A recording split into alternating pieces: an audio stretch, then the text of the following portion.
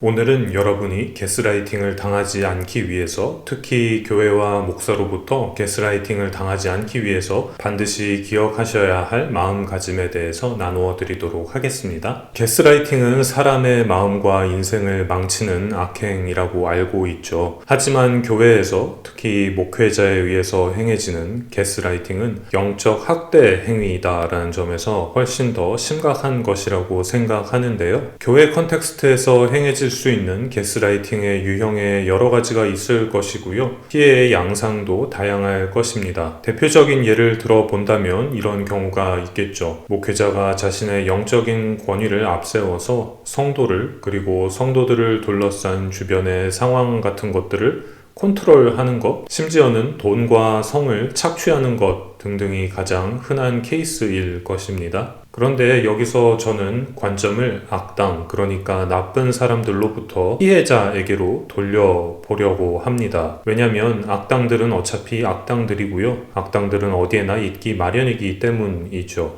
무슨 이야기이냐면요. 여러분이 가스라이팅을 피해 나갈 수 있는 확실한 철학, 마인드셋 같은 것이 있다면 악당들의 가스라이팅을 원초적으로 차단할 수 있다라는 것입니다. 몇 가지 준비해두면 좋은 마인드셋이 있는데요. 그 중에서도 오늘 강조해보고 싶은 것은 내가 없어도 된다. 그러니까 내가 아니어도 된다라는 생각입니다. 믿음이 좋다는 분들, 교회에서 양육이 잘 되었다는 분들이 흔히 하시는 생각이 내가 없으면 안 되지 않을까. 교회와 목사님은, 내가 섬기던 사역의 자리는 나를 필요로 하지 않을까 하는 건데요. 선한 생각이고 좋은 책임감이기도 하지만 악당들에게는 먹잇감이 될 수도 있는 생각입니다. 악당들은 본능적으로 여러분의 선한 생각과 따뜻한 마음을 활용할 줄 아는 것이죠. 때로는 목사로서의 위계를 이용하거나 혹은 자신의 어려움을 호소하면서 연민을 자극하기도 할 것입니다. 강요와 애거를 반복하면서 자신의 사적인 이익과 욕망을 채우려 할 것입니다. 또 신앙과 믿음을 조건으로 여러분의 돈과 시간, 에너지를 교회와 사역,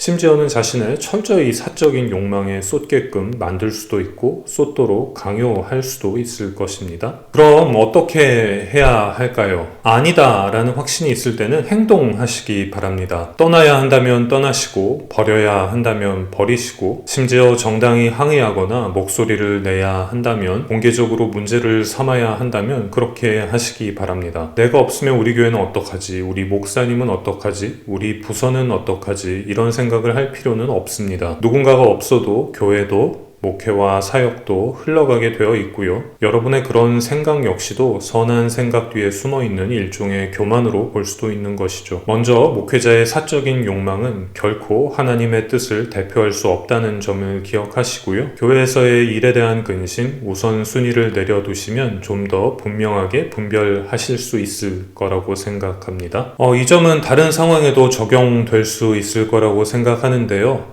내가 없으면 우리 남자친구는 누가 챙기나? 우리 남편은 그래도 어떡하나? 그래도 그들 인생이 불쌍한데 내가 아니면 누가 책임질까? 그 인생 누가 건져줄까? 우리 팀은 어떡하나 내가 없으면? 이런 생각들에서 자유로울수록 여러분을 악당들로부터 지켜낼 수 있는, 악당들의 먹잇감이 되지 않을 수 있는 마음가짐을 만들어 나갈 수 있을 것입니다. 여러분께서는 어떻게 생각하시는지 여러분의 의견을 기다립니다. 또 다른 주제로 다시 이야기 나누도록 하겠습니다. 감사합니다.